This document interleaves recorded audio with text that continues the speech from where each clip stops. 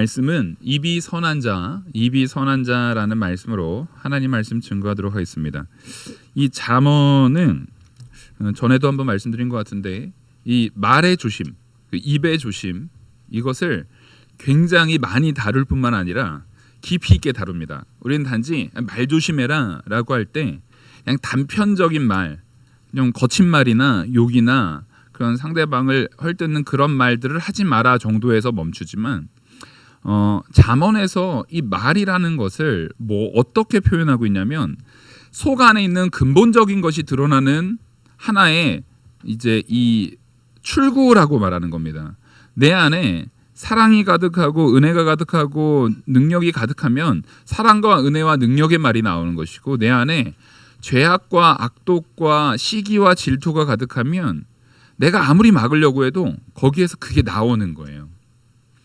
우리는 흔히 이 안에 가득한 어떤 것들이 그게 무엇이 가득하건 간에 반드시 가득 채워졌을 때는 그것은 결국 그 공간 안에서 계속 머물러 있지 못하고 표출되게 되어 있다는 것을 잘 알고 있습니다. 그래서 우리는요, 이 입이 선해야 된다, 말을 조심해야 된다, 이 입에 대한 부분을 이야기할 때 반드시 성도라고 한다면 가져가야 되는 것이 있어요. 이거를 오늘 꼭 가져가야 되는데, 성도와 성도가 아닌 자가 말을 조심해야 된다라고 할 때 인식에 있어서 완전히 판이하게 다른 부분을 가지고 있기 때문에 그렇습니다. 뭐냐면 세상에서 우리가 흔히 이제 처세라든가 이런 자기계발서라든가 이런 데서 표현되고 있는 말 조심해라라는 것은, 네가 마음은 다른 생각을 가지고 있다 할지라도, 마음은 그 회사에 저 김 과장이 싫어도 겉으로 그거 표현하면 안 된다. 그럼 너한테 손해가 된다. 이것은 자기에 대한 이해와 손해와 그런 근거에 의한 말조심을 말하는 거거든요. 일종의 이것은 음모에 가깝습니다. 마음으로는 저 사람이 싫어요. 마음으로는 저 사람을 미워하고 있어요. 그러고 있으면서도 이 상황이 나쁜, 더 악화되는 것을 막기 위한 일종의 처세로 그 상황을 더욱더 악화시키지 않기 위해서, 그 악화시킴을 통해서 내가 당할 그 고통을, 내가 당할 불이익을 막기 위한 일종의 자기 사랑의 하나의 방편으로 말조심하라는 형태에 받게 되지 않습니다. 우리는 그게 지혜지. 사람이 어떻게 자기 원하는 대로 다 해. 당연히 사회생활하다 보면은 마음에 안 들어도 해야 되고, 사회생활하는 데 있어서 정말 내가 더러워도 어쩔 수 없이 내가 그거 한다, 이런 마음으로 사는 거지라고 말하지만, 성도가 나가야 될 방향은 그게 아니라는 겁니다. 성도가 성도답게 된다라고 하는 것은 속에 담겨 있는 것 말고 겉으로 나올 때 여기에서만 바뀌는 어떠한 내용이 아니라 우리 안에 근본적인 내용을 바꾸는 과정을 가져야 되는 게 진짜 성도란 얘기예요. 그러니까 회사에서 혹은 내 가정에서 혹은 내 학교에서 그 모든 상황 속에서 이 사람이 밉지만 이 상황을 모면하기 위한 좋은 말이 아니라, 물론 지금 당장에는 바로 오늘 이 말씀을 듣고 내일 내가 삶에서 살아가는 모든 환경 속에서 당장에 우리 마음이 바뀝니까? 안 바뀝니까? 안 바뀌죠. 그때는 거기에서 말하는 것처럼 입이라도 바꿔야 돼요. 근데 성경이 말하고 있는 것은 그 자리에 머물러 있지 말라는 얘기예요. 자, 당장에 우리 입부터 바꾸셔야 됩니다. 그건 분명해요. 그래, 목사님 말씀대로 속이 바뀌어야지. 그러니까 속 바뀔 때까지는 내가 하고 싶은 말 다 해야지. 그러면 안 돼요. 그러면 안 된다고요. 나중에 속이 바뀔 때까지는 내가 하고 싶은 말을 다 한다가 아니라, 속을 바꿔야 되는, 정말 내 안을 그리스도로 온전히 바꿔나가는 길로서 방향을 잡고, 그 방향으로 우리 주 예수 그리스도께서 나를 바꿔주실 것을 간절히 구하고 온전히 서면서, 그러면서 그 과정에서 하나님께서 내게 명령한, 지금 내 마음의 상태는 누구를 향해 가려고 지금 결심을 한 거예요? 우리 주 예수 그리스도를 향해 가려고 결심을 한 겁니다. 이 결심을 우리 모든 성도님들이 했기를 간절히 소망합니다. 안 하셨으면 지금부터 하세요. 근데 이렇게 결심했다는 얘기는 내가 누구 명령 따르겠다라고 확증된 거예요. 하나님의 명령을 따르겠다라고 확증된 거잖아요. 그 명령의 통치를 받는 백성이라고 스스로를 말하는 거잖아요. 그러면 그 명령의 통치를 받겠다라고 말하는 그 마음의 결심을 입었으면 당연히 그 통치 아래 있는 백성이 됐다면 누구의 말씀대로 순종하는 모습도 당연히 나와야 됩니까? 하나님 말씀대로 순종하는 모습도 당연히 나와야 돼요. 예. 그래서 우리는 하나님 말씀대로 원수까지 사랑하는 마음을 품어야 되는 거예요. 당연히 남을 섬기는 마음을 품어야 되는 거예요. 내가 아직 이 사람에 대해서 미움이 좀 남아 있어도 원수란 얘기는 원수까지 사랑하라는 얘기는 자 보십시오. 내가 이제는 이 사람을 완전히 다 용서했어요. 하나도 나쁘게 생각 안 해요.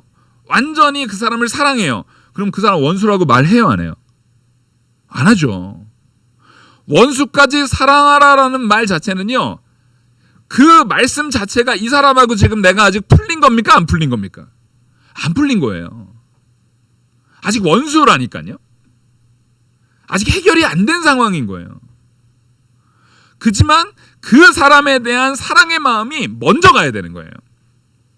그러니까 우리가 사랑을 행하는 것이 먼저 선행되고 이 사람이 원수에서 점점 원수가 아닌 자리까지 가는 것은 자, 내 마음의 과정이에요. 내 마음에서 이 사람이 원수가 아닌 자리로 점점 내가 그 사람을 용납하고 사랑하고 용서하고 섬기고 하는 마음으로 내 마음이 변화되는 과정입니다. 근데 우리가 잘 알아야 되는 것은 내 마음이 그렇게 바뀐다고 해서 그 원수가 꼭 바뀔까요? 우린 그런 착각을 빠져요. 내가 이렇게 착하게 살다 보면 이 원수도 언젠가는 자기가 잘못한 것을 깨닫고 바뀌겠지. 아유, 여러분 기대하지 마세요. 일생 왼수예요. 네. 안 바뀌어요. 거의 안 바뀌어요. 바뀐다 할지라도 그 사람은 자기가 나 많이 바뀌었어. 나 많이 변했어 라고 할지라도 누구 마음에는 분명히 만족스럽지 못할 거예요? 네, 내 마음에는 절대 만족스럽지 못할 거예요. 그걸 기대하는 게 아니에요. 그러니까 이 사람은 여전히 행동에 있어서 원수의 자리에 남아있을 것을 고려하고 내가 바뀌는 거예요. 변화라는 것은 분명히 누군가는 바뀌어야 됩니다. 우리가 잘 아는 격언 있잖아요. 손뼉도 네, 마주쳐야 소리가 나는 거예요. 근데 이 손뼉이 이렇게 오는데 얘가 이렇게 오고 있어요. 이렇게 오고 있는데 왼쪽 손뼉이 계속 이렇게 도망가요. 그럼 소리 나요, 안 나요? 안 나요. 계속 이렇게 도망가 서로. 안 나요. 그러니까 이 변화라는 것은 내가 다른 누군가를 변화시킬 수 없어요. 다른 누군가는 계속 이렇게 손뼉을 마주치려는 목적을 가지고 올 거예요. 근데 여기에서 그 소리가 나지 않게 만드는 방법에서는 제일 좋고 제일 분명하며 사실상 거의 유일한 방법은 상대방을 바꾸는 것이 아니라 누굴 바꾸는 거예요? 나를 바꾸는 거예요. 상대방을 바꾸려는 사람들이 있어요. 우린 그 사람들을 역사 속에서 폭군이라고 불렀습니다. 자기하고 결코 맞지 않는 사람들이 있잖아요. 그러면 그 폭군들이 그 사람 어떻게 해요? 바꿔요. 어떻게 해요? 목숨을 뺏어버려요. 바꾸죠. 그 사람의 상태를 바꿔요. 그 사람의 상태를 살아있는 상태에서 죽은 상태로 바꿔버려요. 목을 자르고 사지를 찢고. 그러니까 우리가 정말 내가 어쩔 수 없으니까 원수까지 사랑한다 이 마음으로는 우리는 폭군이랑 다를 게 하나도 없는 거예요. 아유 김 과장, 아유 내가 더러워서 내가 어쩔 수 없이 내가 더럽지만 내가 먹고 살아야 되니까 네 말 듣는다 이게 아니에요. 자꾸 김 과장만 하니까 김씨성을 가지신 분들이 혹시 또 과장 직급 가지신 분들이 마음에 안 들 수 있으니까 제가 이씨니까 이 과장. 네?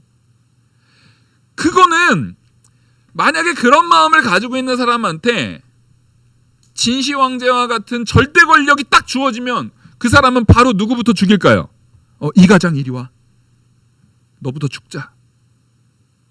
자기를 변화시킬 능력이 아니라 내가 남을 변화시킬 수 있는 절대 권력을 가졌으면 그 사람을 죽이는 게 사람이라는 거예요. 근데 그 근본적인 것을 변화시킬 수 있는 것이 바로 믿음입니다. 그 근본적인 걸 변화시킬 수 있는 것이 바로 믿음이라는 거예요. 그래서 하나님께서는 내 안에서, 성령께서는요, 다른 사람을 역사하는 것이 아니라 나를 변화시켜서 이 모든 환경이 바뀌게 되는 것을 보여주는 거예요. 그걸 보여주는 거예요. 그래서 우리는 이런 겁니다. 내가 하나님 은혜 앞에 무언가를 변화시키기 위해서 내 시각이 바뀌면 이제는 달라지는 거예요. 예를 들어서 우리가 철이 없을 때 막 어머니가 막 고기 더 먹어라, 뭐 이거 골고루 먹어야 된다, 막 이런 얘기를 할 때 이거 먹기 싫어 죽겠는데 그거 자꾸 먹이려고 하고 진짜 짜증난다. 나 나중에 크면 내가 먹고 싶은 것만 먹을 거고 내가 마음에 안 드는 거는 아예 반찬으로 만들지도 못하게 할 거야. 하지만 내 안에는 어머니와 비슷한 분이 들어와요. 비슷한 걸 얹어줘요. 비슷한 반찬을 만들고 비슷한 야채가 더 많이 들어가게. 왜냐면 어렸을 때는 고지혈증 막 이런 게 배 나오고 이런 게 없었는데 이제 나이가 들면 배까지 나오니까 당신 건강을 위해서라도 양파 더 먹어야 된다, 야채 더 먹어야 된다, 이런 상황들이 결국엔 계속 따라오게 돼 있어요. 이것은 왜 그러냐면 어머니가 됐든 아내가 됐든 그 사람들은 다 누구를 사랑하고 있는 겁니까? 나를 사랑하고 있거든요. 진짜 변화해야 될 거는요, 내가 철이 들어야 되는 거예요. 내가 철이 들어서 변화돼야 되는 거예요. 그래서 나중에 나이가 먹으면서 이제 그런 걸 먹다 보니까, 자녀를 또 키우다 보니까 이 자녀가 어쩜 그렇게 나 어렸을 때랑 똑같이 그걸 안 먹잖아요. 그죠? 어쩜 나 어렸을 때랑 똑같이 그렇게 말을 정말 안 들어요. 누구 닮아 그래요? 나 닮아서 그런 거지 그 사람 닮아서 그런 게 아니에요. 우리는 항상 이런 착각에 빠진, 환상에 빠진 오류에 빠져요. 나는 어렸을 때 안 그랬어. 아니, 그랬어요. 스스로를 속이지 마세요. 분명히 그런 면이 있었으니까 그런 모습들이 있는 거예요. 근데 이게 집에 싸움이 되면 안 되니까, 만약에 집에 부인이나 남편이 난 안 그랬는데 쟤 누구 닮아서 그런 거야? 나 닮아서 그러나? 그러면 그때는 아니라 그냥 걔가 자기 스스로 그런지 당신 닮아서 그런 거 아니라고 말해야지 싸움이 안 돼요. 너 닮아서 그래. 너 닮아서 그러면은 그땐 싸우는 거예요. 결국에는 우리는 자꾸만 남한테 이 상황을 다 미루려고 그런다고요. 아주 사소한 거, 집에서 하다못해 애가 반찬 조정하는 것만은 가지고도 서로한테 책임을 전가하려고 그래요. 근데 거기서 진짜 변화는, 누가 변화돼야 모든 문제가 해결됩니까? 그 아이가 골고루 먹으면 되는 거예요. 아니면 부모가 기대를 아예 안 해버리든가. 근데 부모는 자녀의 건강을 위해서 기대 안 할 수가 없잖아요. 숟가락 떠서라도 현관까지 쫓아가서라도 한 숟갈 입에 넣어주는 거예요. 한 숟갈 입에 넣어주고, 정말 먹기 싫어하니까 볶음밥을 하는데 이 안에 양파가 이게 양파인 듯 양파 아닌 양파 같은 그런 상황으로 아주 이걸 완전히 막 다져버리는 거예요. 얘가 양파를 먹었는지 알지 못하게. 막 그런 온갖 노력을 해서라도 그 아이의 마음과는 상관없이 그 아이를 보다 건강하게 키우려고 애를 쓰는 거예요. 근데 그 모든 상황에서 결국의 근본적인 변화는 그 아이가 철이 들어야 되는 거예요. 나중에 커서는 그 아이가 철이 들어서 그때 부모님이 나를 위해서 그렇게 애쓰셨다라는 것을 알아야 되는 거예요. 결국 그 변화는 누구의 변화여야 됩니까? 한 사람, 바로 나의 변화여야 돼요. 나를 사랑하시는 하나님의 역사가 있어요.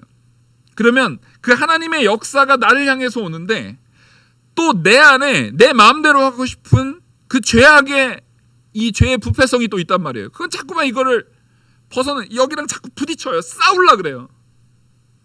하지만 우리는 하나님께서 내게 요구하시는 바가, 따라하겠습니다, 내 생각보다 귀하고 선하고 옳다. 우리는 하나님 뜻에다가 나를 맡기는 그 훈련을 계속 해나가야 되는 거예요. 그 훈련을 하다 보면 점점점 이 속이 바뀌는 겁니다. 이 속이 바뀌어지는 거예요. 속이 바뀌어져서 그것이 생각을 바꾸고 입술의 말을 바꾸고, 그러니까 입술의 말부터는 드러나는 거잖아요. 그래서 저는요, 이 말이라는 것을 행동으로 규정을 합니다. 말부터는 행동입니다, 여러분. 아시겠죠? 사실상 생각도 행동이긴 해요. 근데 두드러지게 상대방에게 그것을 표출시키는 것은 이 말이 두드러지는 거예요. 근데 여러분, 왜 생각도 행동이냐면 내 머릿속에 딱 이런 거예요. 바퀴벌레가 싹 지나가요. 그러면 나 아무 말도 안 했어요. 더러워. 막 이런 말 안 했어요. 근데 표정이 이렇게 된단 말이에요. 지금 저는 머릿속으로만 바퀴벌레가 난 싫고 더럽고 혐오스럽다라고 생각만 했는데도 뭐가 나와요? 표정이 나와요. 눈치 빠른 사람들은 그 표정을 읽어요, 안 읽어요? 읽어내요.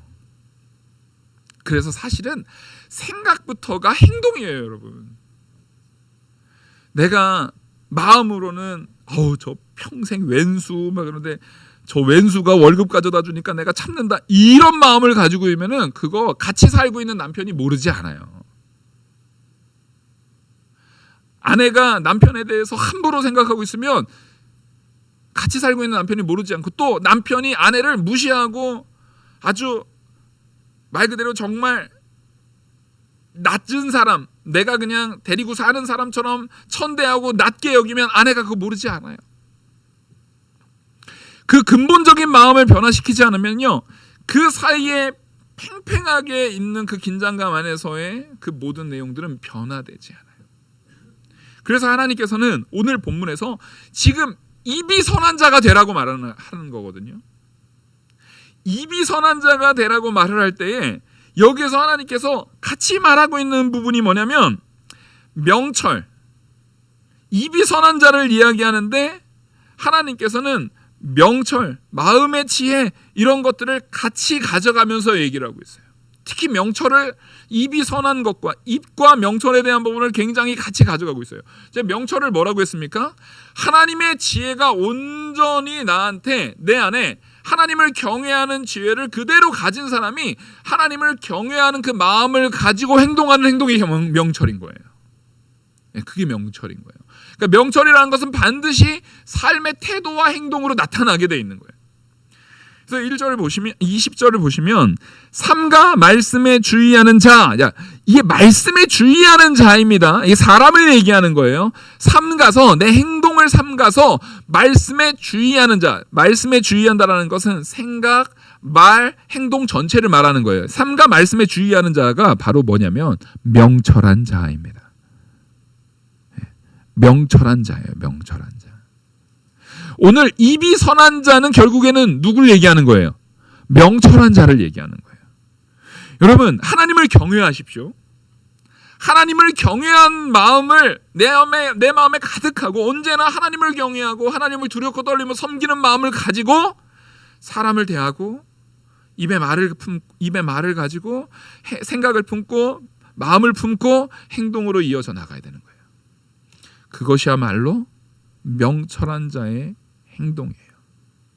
근데 그 가운데에서도 굳이 잠언에서는 입에 대한 말을 제일 많이 하는 이유는 뭐냐면, 내가 명철한 행동이 드러나는 것도 입의 말을 통해서 제일 많이 드러나는데, 내가 명철하지 못한 악한 마음을 드러내는 것도 뭘로 제일 많이 드러나요?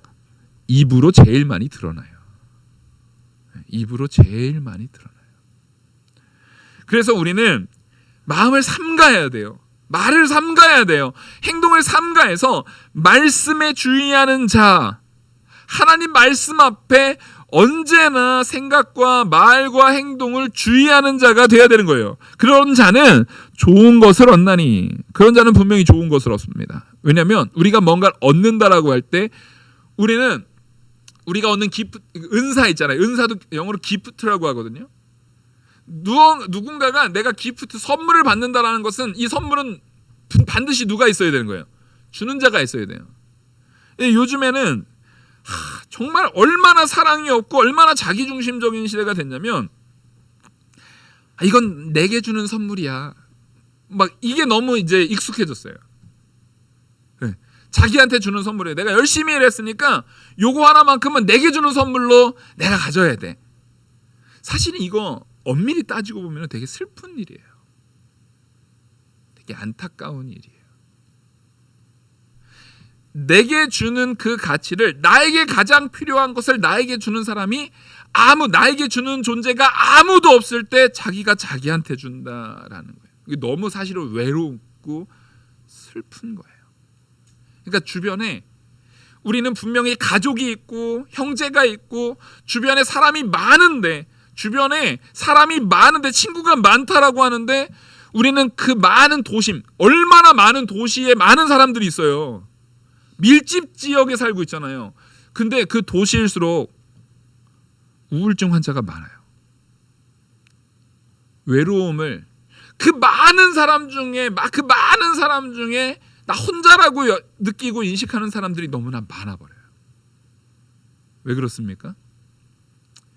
지금 우리는요, 어떤 그 심리학자가 이게 의사 선생님이죠. 그런 표현을 하더라고요. 도시에 수천만, 서울이면 거의 1000만이 넘잖아요. 1000만의 섬이 떠 있다라는 거예요. 각각 1000만의 섬이 각각 떠 있는데 안타깝게도 이 섬에는 다리가 연결되어 있지 않아요. 하나님께서는 모이기를 힘쓰라고 말하는 거예요. 그러면 여러분, 지금 우리 영화교회가 건강한 교회냐 아니냐는요, 지금 저만 말하고 있잖아요. 저만 말하고 여러분 다 듣고 있어요. 근데 이 듣고 있는 약 60명 정도의 우리 성도들이 한 명 한 명이 다 각각 섬으로 되어 있어가지고 저와도 연결이 돼 있지 않고 여러분들도 서로 연결이 돼 있지 않으면 우린 건강한 교회가 아니에요. 근데 애석하게도 세상은 뭘 착각하고 있냐면, 세상은 큰 착각에 빠져 있어요. 사람과 사람을 연결시킬 수 있다라고 생각해요. 나와 이 사람을 직접 연결하는 게 가능하다라고 생각해요. 근데 여러분 잘 생각해 보십시오. 부부 생활도 제일 연결이 쉬운 거 부부와 가정 생활이에요. 부부와 가정 생활도요, 나하고 아내가 직접 연결된 것 같잖아요. 근데 누구한테 맞출 거예요? 네? 나한테 아내가 맞추면은요, 연결은 되는데 아내가 암 걸려 죽을 거고요. 내가 아내한테 온전히 맞추려고 해도요, 내가 병들 거예요. 그건 진짜 연결이 아니에요. 근데 세상은 그렇게 연결하라 그래요. 근데 성경은 우리가 다 연결돼야 됩니다. 뭘로 연결돼야 되냐면요, 우리 이렇게 둥그렇게 있자고요. 그리고 가운데다 누굴 두면 돼요? 우리 주 예수 그리스도를 두는 거예요. 그래서 조금 시간이 걸리더라도요, 그리스도 통해서 만나야 돼요. 그리스도라는 큰 우리를 함께 모으는 그 허브에서 우리 함께 모아져야 돼요. 그러니까 내가 누군가와 소통되기 위해서 그 사람에게 직접, 이게 상처가 될 수 있어요. 그 사람은 아직 준비가 안 돼 있을 수 있거든요. 그래서 내가 먼저 예수 그리스도를 닮아 나가 있는 그 자리에 가 있는 거예요. 내가 먼저 그 자리에 가서 아직 그리스도를 닮지 못한 그에게 마중 갈 수 있는 존재가 돼야 돼요. 손을 내밀어 줄 수 있는 존재가 돼야 돼요. 내가 아직 내 정과 욕심을, 내 의지, 내 뜻, 내 생각, 내 기준을 버리지 못하고, 야, 너 일로 와, 이게 좋은 거야, 이렇게 하는 게 좋아 라고 말할 때 이 사람은 이게 안 좋을 수 있어요. 그러니까 제가 신학을 딱 시작하고 한동안에 책 보는 거에 너무 심취해 있어가지고 너무 즐거웠어요. 그러니까 가끔 사람마다 하나님께서 주시는 그 은사가 다르잖아요. 저는 책을 보는 거에 너무 즐거움을 느꼈어요. 너무 심취하고 너무 기쁨을 느꼈어요. 그래서 하루에 막 300페이지씩 보고, 그러려면 굉장히 많은 시간을 거기다 써야 됩니다. 그러면서 거기에서 하나님께서 저한테 주는 은혜가 컸거든요. 그래서 거기서 막 기쁨을 막 만끽했어요. 기쁨을 막 만끽하는데, 그러니까 내가 이 누렸던 기쁨을 다른 사람하고도 나누고 싶어요, 안 나누고 싶어요? 그래서 제 주변에 정말 가깝고 친하게 지냈던 목사님들한테 그 너무 좋다, 이 책 한번 읽어보시고 이거 막 이렇게 하고 막 했더니 주변에 친구가 다 떠나가요. 친한 사람이 없어져요.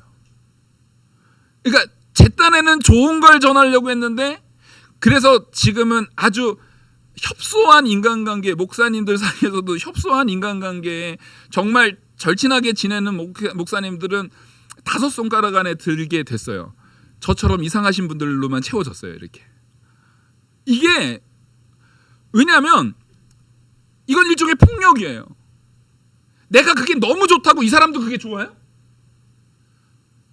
이봉주 선수, 저는 이봉주 선수 그 마라톤 하는 거 보면서 너무, 황영조보다 저는 이봉주 선수 그 금메달 딸 때가 가슴에 더 그 뭐랄까 하는, 진짜 멋지다, 대단하다 이런 마음이 들었던 이유는, 황영조 선수는 딱 봤을 때 그냥 잘 뛸 것처럼 보였어요, 얼굴이. 근데 이봉주 선수는 너무 못 뛸 것 같아.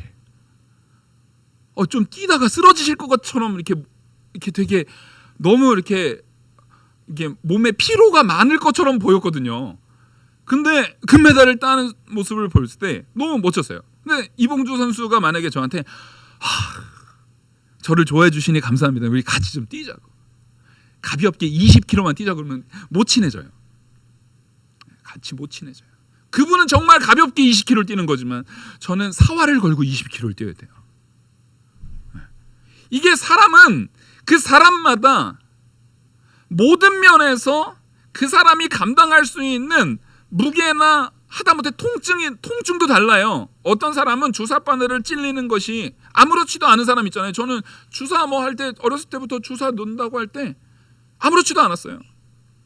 피 뽑는데 한 번은 잘 못 찾아가지고 막 6번 한 데 있었거든요. 그래서 결국 여기에 못해서 다리 허벅지에다가 그 링겔 꽂은 적도 있었어요, 어렸을 때, 중학교 때. 근데 괜찮아요. 별로 고통스럽지 않았어요. 근데 어떤 사람은 한 번 꽂으려고 해도 막 이러는 사람들이 있을 수 있잖아요. 사람마다 달라요, 그게. 그래서 우리는요, 이게 좋아 라는 것이 정말 저 사람에게도 좋은지에 대한 부분을 분명히 고려하셔야 돼요.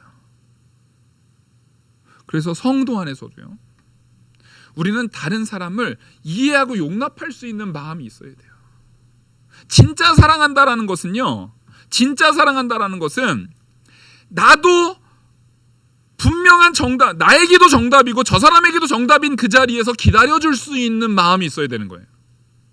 그게 바로 어디입니까? 예수 그리스도입니다. 그래서 저는요, 목사라서가 아니라 정말 진심으로 기독교 외에는요, 인간관계에 참된 회복이 이루어질 수 있는 곳은 없다라고 확신합니다. 우리는 염세주의에 빠지지 않아요. 너도 다르고 나도 다르니까 너는 너대로 살고 나는 나대로 사는 게 아니에요. 지금 제가 사람마다 다릅니다라고 해서 너는 너대로 살고 나는 나대로 살고 서로 다르니까 다름을 인정하고 우리 각각 알아서 살자가 아니에요. 그러니까 나에게 주는 선물을 주는 거예요. 그게 아니라 정말 신앙 안에서 우리가 정말 선한 자, 명철한 태도로 참된 선을 가진 자가 되기 위해서는요, 내가 먼저 그리스도를 닮아나가는 그 자리에 가 있어야 돼요. 그리고 다른 이들에게도 그리스도를 닮아나가는 그 자리에서 만날 수 있는 환경을 조성해주고, 우린 그걸 전도라고 말할 수도 있고, 정말 사랑으로 그 사람에게 내 사랑을 전하는 과정들일 수도 있어요. 그게 꼭 전도의 목적이 아니라 이 사람을 정말 사랑해서 좋은 걸 주려는 것도 그게 전도의 일환이 될 수 있어요. 근데 그 목적은 우리 교회에 성도만이 늘려야지가 아니라 정말로 내가 누린 예수 그리스도의 사랑을 이 사람에게도 전하고자 하는 마음을 진심으로 가지셔야 돼요. 그래서 그 사람에게 손을 내미는, 그리고 오히려 그 사람이 변화될 수 있는 참된 은혜를, 나를 변화시킨 것도 주님께서 나를 이끄셨기에 변화된 것임을 인정하고 하나님이 저 사람도 변화시키기를 기도하는 마음, 또한 그 기도하는데 도움을 줄 수 있잖아요. 섬기는 모습으로 도움을 줄 수 있는 그 자리에 내가 먼저 서 있어야 된다는 겁니다. 그래서 여호와를 의지하는 자가 돼야 돼요.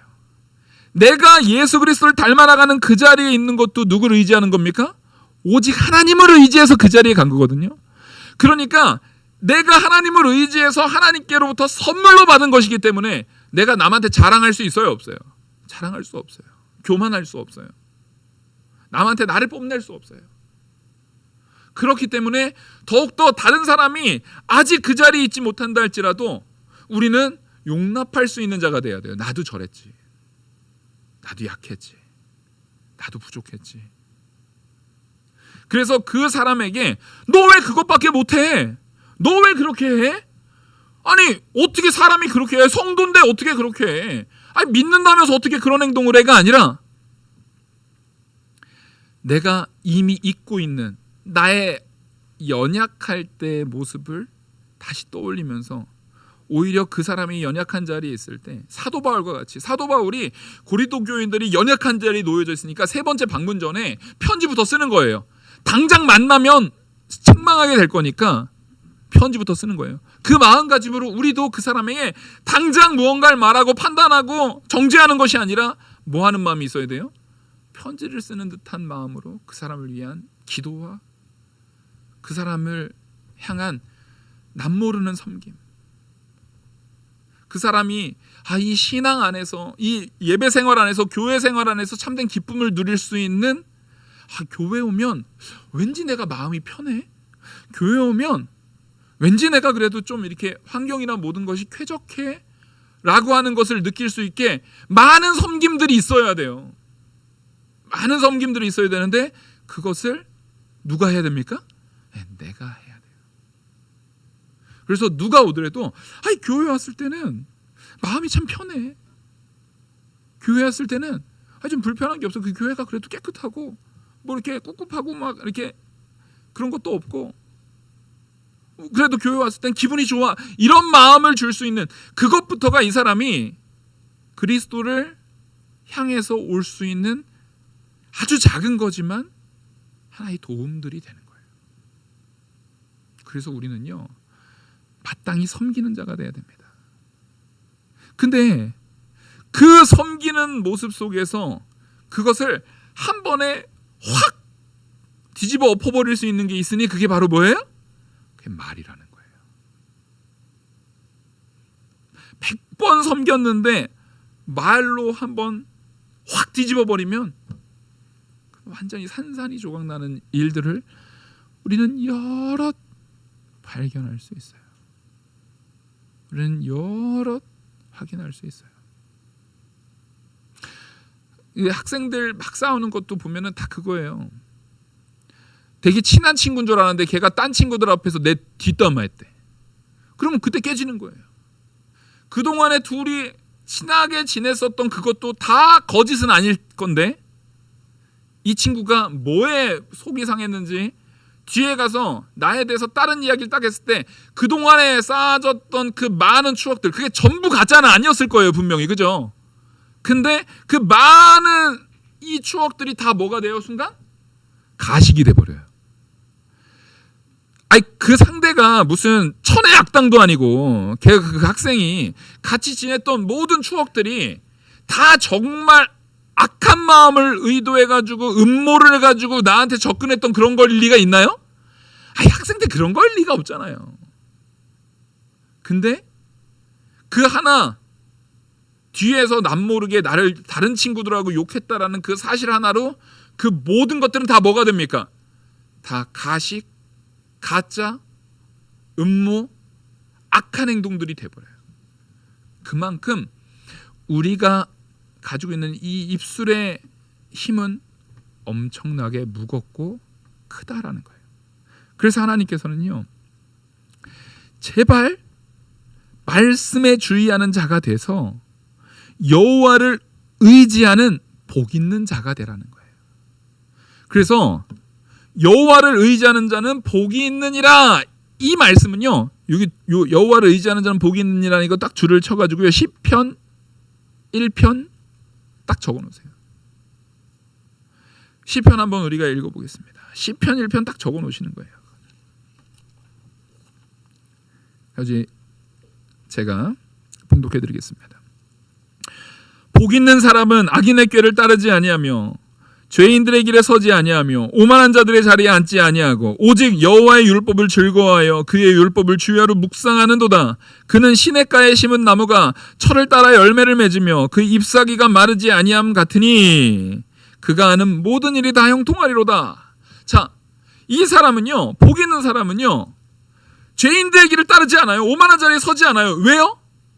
내가 지금 뿌리를 내리고 있는 것이 시냇가, 바로 여호와에게 뿌리를 내리고 있어서 거기서 끊임없이 마르지 않는 시냇가에서 끊임없이 수분을 공급받으면서 열매가 맺혀지는 것이 끊임이 없는 것처럼 내가 여호와만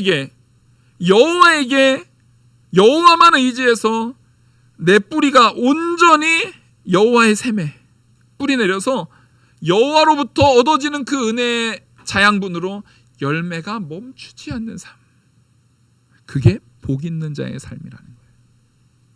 여러분, 이 자리를 떠나지 않아야 돼요. 이 자리를 떠나지 않아야 돼요. 그러니까 내가 그 복 있는 자의 삶을 유지하기 위해서는 절대 악인의 길을 쫓지 않아야 되는 거예요. 내 입술을 악인의 것과 섞어버려서는 안 돼요. 내 태도를 악한 것을 거기다가 섞어버려서는 안 돼요. 21절, 마음이 지혜로운 자는 명철하다 일컬음을 받고, 지혜가 있으면, 하나님을 경외하는 참된 지혜가 있는 사람, 마음으로부터 그 지혜가 있는 사람은요 명철하다라는 거예요. 명철, 다시 말씀드리지만 하나님을 경외하는 그 마음대로 행동하고 생각하고 말하고 행동하는 자를 말한다고 제가 여러 번 말씀드렸습니다. 그 명철하다 일컬음을 받고 입이 선한 자는 남의 학식을 더하게 하느니라.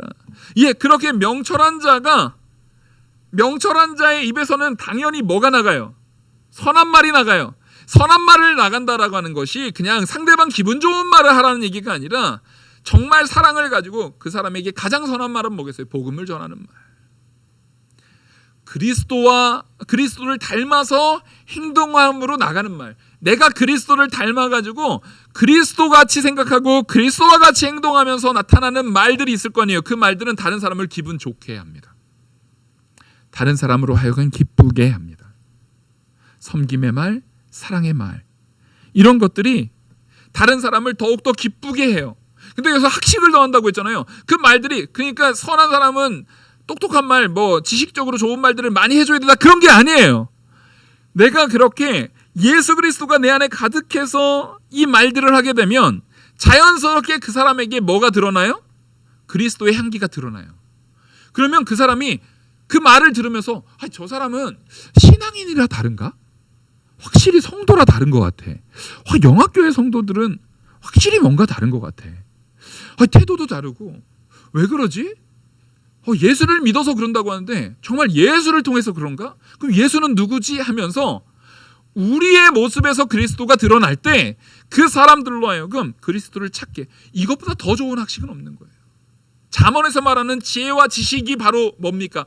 하나님을 경외하는 지혜, 경외하는 지식이 성도인 우리의 입술을 통해서, 우리의 명철한 행동을 통해서 그 사람에게 자연스럽게 전달되고 그 사람은 하나님을 아는 학식이 더해지는 거예요. 그거야말로 우리가 줄 수 있는 가장 복된 섬김인 것입니다. 그래서 전도지 주면서 예수 믿으세요 말하는 것보다 우리가 흔히 관계 전도해야 된다라고 말하잖아요. 관계 전도가 더 이게 실제 설문조사에서도 확인된 바예요. 교회 안에서 그냥 이 전도지를 통해서 교회에 정착돼가지고 전도된 사람은 채 5%가 안 된대요. 근데 이 사람이 그 교회에 정착되어서 신앙생활을 온전히 하는 데에는요, 관계 전도가, 그 전도가 된 사람이 관계 전도였냐 그냥 왔냐 했을 때 거의 80-90%가 관계 전도로 온 거예요. 왜냐하면 그 관계 전도만큼 그걸 전도하는 그 대상, 그 사람의 진심이 온전하게, 예수 그리스도를 닮아나가는 그 마음의 진심이 온전하게 그 사람한테 전해질 수 있는, 그것보다 더 좋은 방법이 없는 거거든요. 그러니까 이거는 관계 전도가 좋은 방법이야가 아니라 관계 전도가 좋은 방법이니까 여러분 이제부터 전도를 관계 전도로 하십시오. 우리는 다 관계 전도하는 겁니다. 한 명이 1년 동안 한 명씩만 다 전도해 보세요. 그러면 우리 지금 100명 금방 넘을 겁니다. 저는 거기에 별로 동의하지 않아요.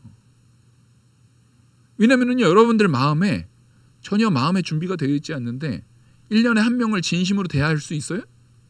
저는 마음의 준비가 먼저라고 생각합니다. 제가 지금 설교를 하고 저를 포함해서 저도 변화돼야 돼요. 저를 포함해서 여러분들에게 가장 많이 해야 하는 것은 전도. 우리 마침 이번에 선교예요. 또 전도하십시오. 한 명씩 데려오십시오. 데려오는 게 아니라 마음을 먼저 변화시키시라고요. 스스로가 먼저 명철한 자가 되셔야 돼요. 스스로가 먼저 하나님을 경외하는 존재가 되셔야 돼요. 그래서 그 마음이 나와 어떤 관계에 있는 사람이라도 그 사람한테 진심으로 다가갔을 때 그 사람이 그 진심을 바라보고 올 수 있는 거지, 내가 저 사람 하나 목사님 저 사람 타겟으로 잡았어요. 뭐 사냥합니까? 뭐 어떻게 잡아올 건데요? 입술에 낚싯바늘 꽂아가지고 그냥 할 거예요? 그럼 그 사람의 아픔은 어떻게 할 거예요? 그 사람의 괴로움은 어떻게 할 거예요? 우리는 타겟을 해가지고 전도 방법 책들을 보면 다 타겟을 정해가지고 다 그 사람을 공략하고, 정말 간절히 바라는 건요, 진심이 없이 사람을 대하지 마십시오. 진심 없이 사람 대하지 마세요. 그게 도대체 누구한테 유익이 됩니까? 그 전도를 당하는 대상은 자기가 지금 타겟이 돼가지고 여기에 꿰인 사람인지도 모르고 있을 거예요. 그럼 그 무슨 유익이 되겠습니까? 그리고 내 마음은 저 사람 데려오는 것만 목적으로 해서 수단과 방법을 가리지 않는다. 그게 무슨 유익이 됩니까? 자꾸 그런 의도를 갖다 보면 마음에 진심 어린 사랑도 퇴색되지 않겠어요? 사람은요, 내가 가진 마음가짐이 분명히 행동과 생각과 말에 표현되게 되어 있는 존재예요. 진심을 가지십시오. 그 사람이 전도되는데 1년이 건들 수도 있고요, 2년이 걸릴 수도 있고요, 10년이 걸릴 수도 있고요, 20년이 걸릴 수도 있어요. 그거보다 더 중요한 건 1년 동안 변화되는 나가 영향을 미칠 수 있는 영향력이 다를 거고요, 5년 동안 변화된 내가 사람들에게 영향을 미칠 수 있는 영향력이 다를 거고요, 10년, 20년 동안 변화된 나는 더욱더 미치는 영향력이 다를 거예요. 그러면 상대방을 변화시켜서 데려올 겁니까? 내가 변화돼야겠습니까? 내가 변화돼야 됩니다. 전도도 저는 그게 성경적인 방법이라고 생각합니다.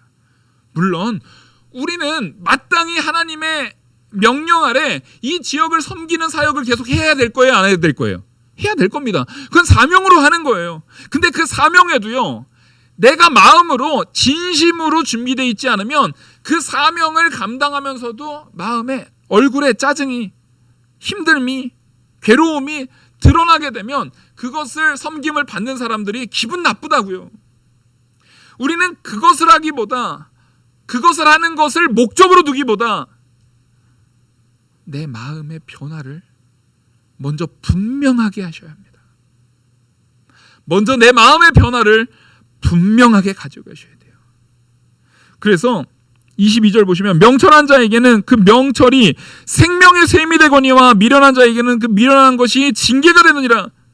지혜로운 자의 마음은 그의 입을 슬기롭게 하고 또 그의 입술에 지식을 더하느니라.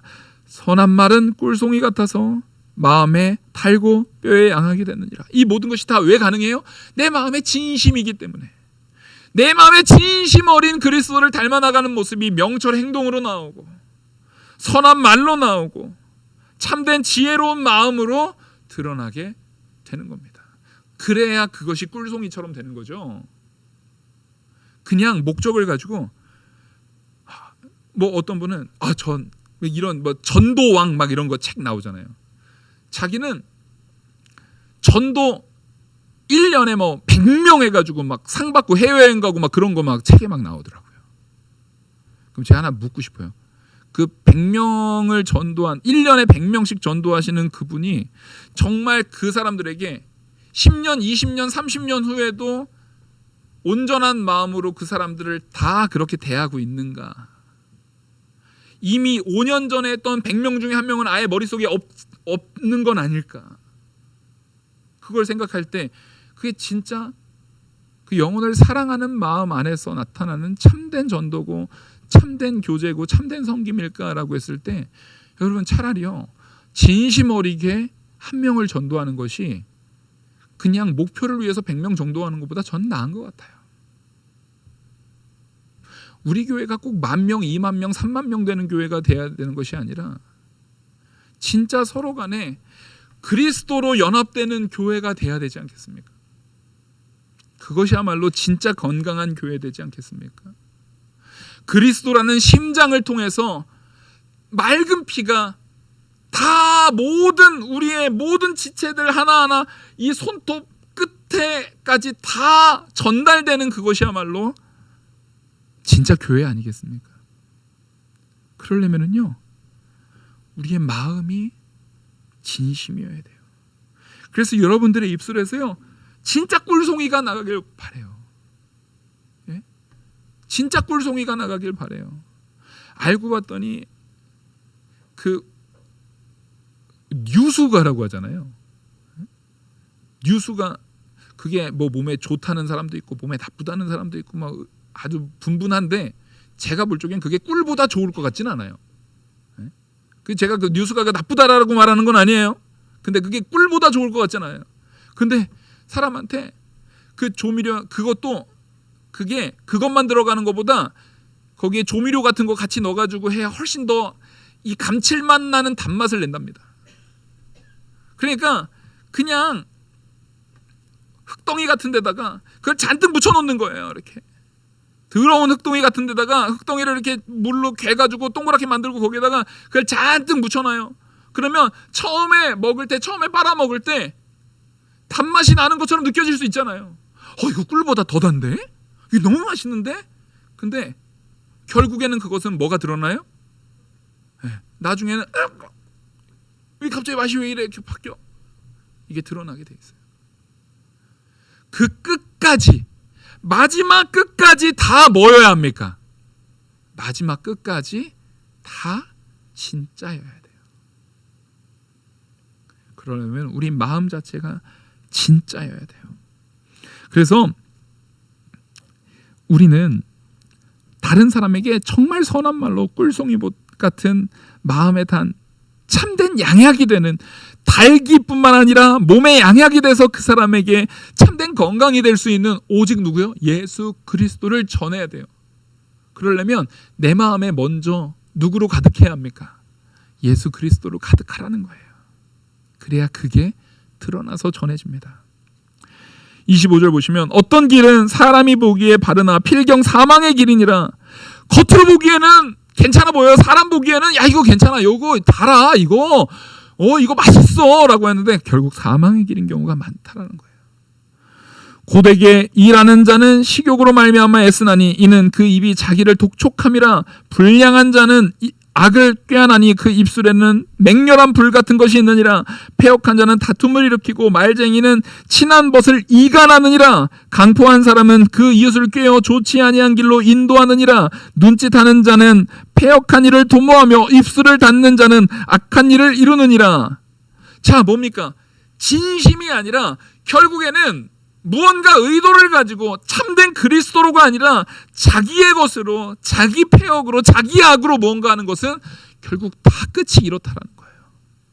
이단이 왜 이단입니까? 이단이 말하는 것 중에 대부분은 맞는 말을 해요. 이단이 다 틀린 말하면 넘어가겠습니까? 대부분은 맞는 말을 하는데 이단 다르다라는 거예요. 뭐예요? 끝이 다르다라는 거예요.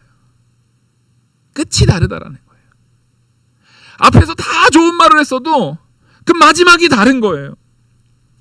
우리는 누구를 대하든 처음에 여러분들이 이재호 목사를 느꼈던 것처럼 마지막까지 이재호 목사가 그 모습 그대로 그리스도를 드러내는 모습이 돼야 돼요. 그러려면 이재호 목사로 사는 것이 아니라 그 안에 누구로 가득 채워서 살아야 되는 거예요?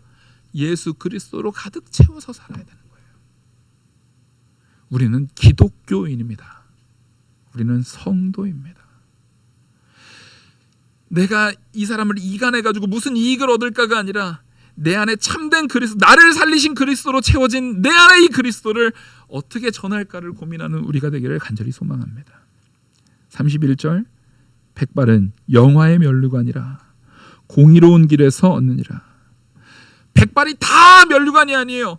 참된 영화의 면류관인 백발을 얻으려면은요, 그러니까 마지막 노년까지 영광의 백발을 얻으려면은요, 공의로운 길에서만 그걸 얻을 수 있어요. 그러니까 우리는 그 공의로운 길을 언제까지 끝까지 가야 되는 거예요? 죽는 순간까지 그 공의로운 길을 끝까지 가셔야 돼요. 참된 공의의 길은 그리스도 외에는 다른 데서 찾을 수 없습니다. 우리는 마지막 순간까지, 그러니까 절대 우리 입술에서요, 내가 왕년에는 내가 잘했어, 내 옛날에는 내가 요즘 젊은 애들은 너무 신앙생활을 엉망으로 하는 건데 나 옛날에는 나 진짜 어마어마했어, 이런 말은 없어요. 우리의 공의는 언제까지요? 백발의 끝까지 그리스도를 끝까지 가는 거예요. 닮아가는 거예요. 그래서 노하기를 더디하는 자는 용사보다 낫고 자기의 마음을 다스리는 자는 성을 빼앗는 자보다 나으니라.